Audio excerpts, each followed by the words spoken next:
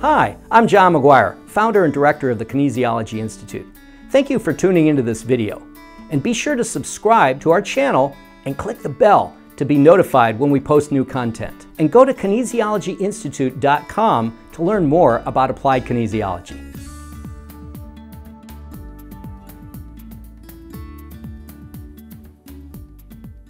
Okay, Kat.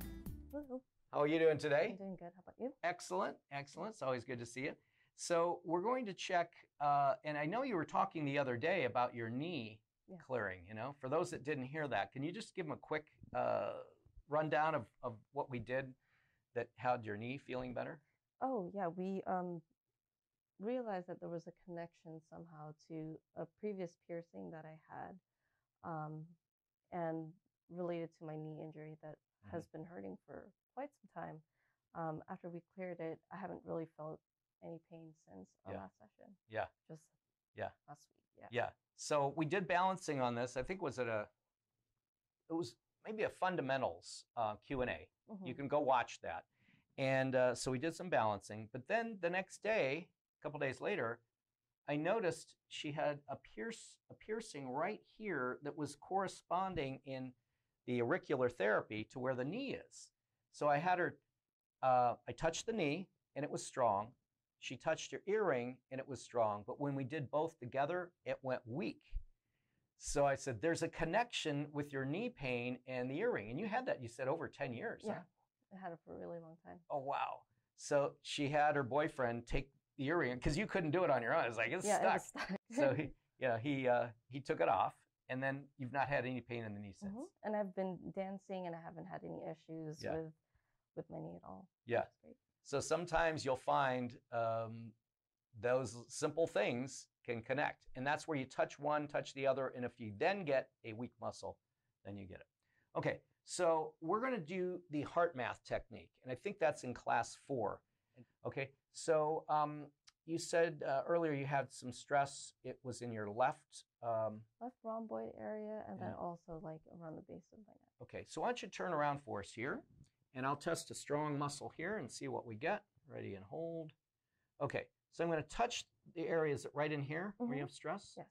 And what would you say that is on a scale of 1 to 10? It's about a 5 or a 6. 5 or 6. Okay, just kind of not like there. Okay. Yeah. Now let's go here and let's see what happens here. That's the base of the neck, which happens to be the most ligamentous area of the body. So often you'll have, when you're under stress, your ligaments go basically lax, and so that could be a factor. And then you got tension in here. So let's just do this. I'm going to say heart math technique, and look, it goes strong. Heart math technique, it goes strong. So that's a way you can find out if a technique will be helpful. Okay, and the neck stress, what level would that be? It's about a 5.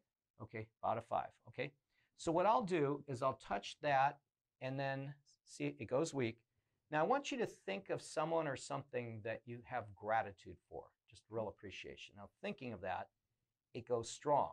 So that's going to be what I'm going to have you focus on when we go through this procedure, okay? All right, so what I'm going to do is I'm going to touch really just gently on the frontal eminences. And what I want you to do now is to close your eyes, take some slow, deep breaths. Just relaxing your jaw, your forehead, deep breath in. And folks, you can do this yourself while I'm demonstrating. So you can touch your frontal eminences and then deep breath through the belly, relax the shoulders. And now what I'd like you to do is focus on a feeling of gratitude in your heart, physical space just to the left side of your chest. And feel that appreciation that you were thinking of earlier.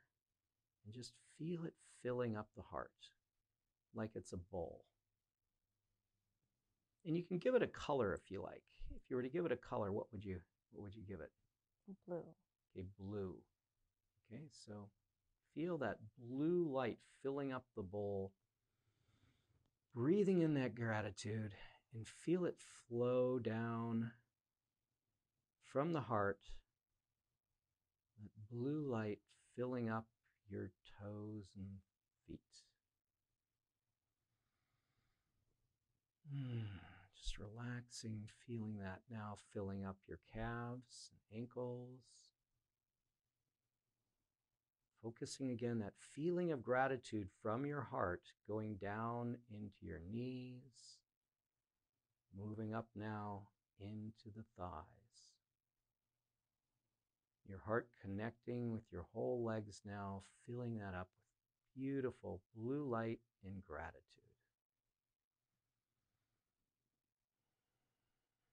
Now filling up your hips, your pelvic area with that blue light coming from the heart, feeling gratitude there. Now feel it coming up through the abdomen and lower back, up into the middle of your lower body there in the thorax and all through the stomach, middle back. And then breathing that gratitude from the heart, filling up the entire lungs and upper back.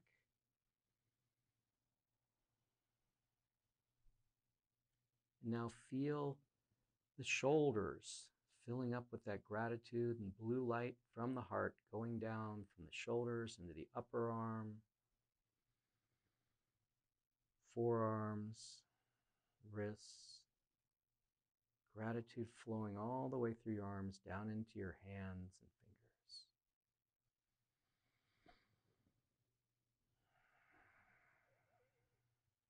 And now from there, you want to see the gratitude flowing up into your neck.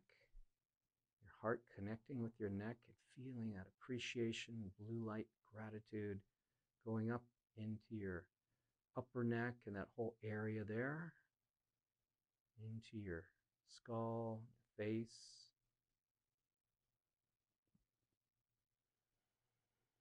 Your whole being now surrounded and filled up with that blue light and gratitude.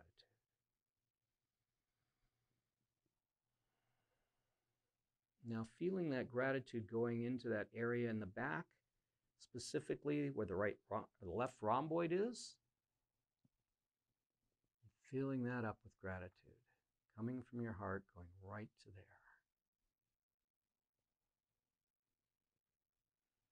Feel it bathed in that gratitude and blue light. Now another flow to the neck area. Feeling that just filled with gratitude and light.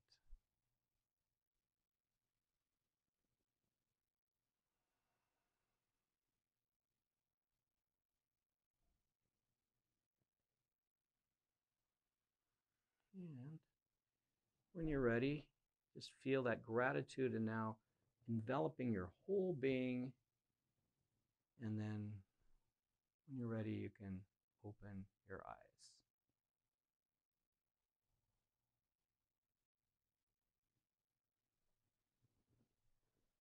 Okay.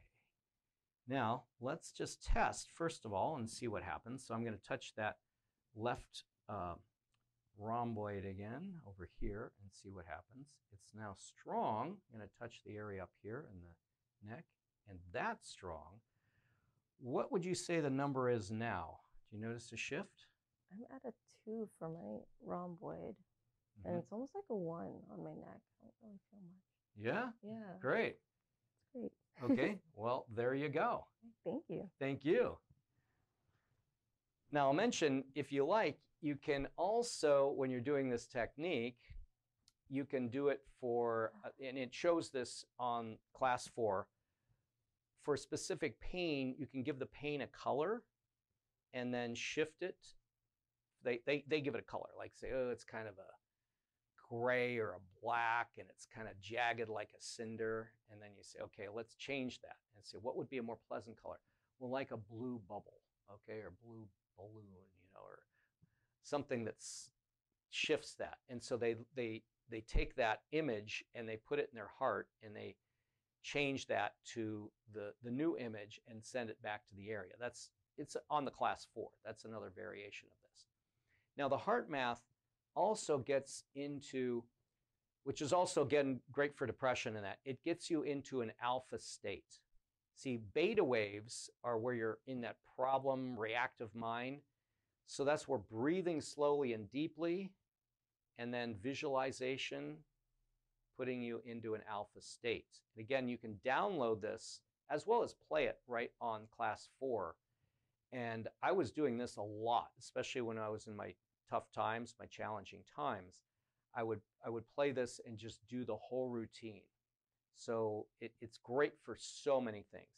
Now, just to understand the mechanism behind this, heart math was, the theories were developed by the heart, I think it's called the Heart Math Institute. You can Google it. It's out of Boulder Creek, California, which is right near Santa Cruz, just north of Santa Cruz. So there's all these doctors, PhDs and medical doctors, and they observed that one of the most important factors for healing physically and disease-wise, as well as keeping you from having disease, was the heart rate variability factor.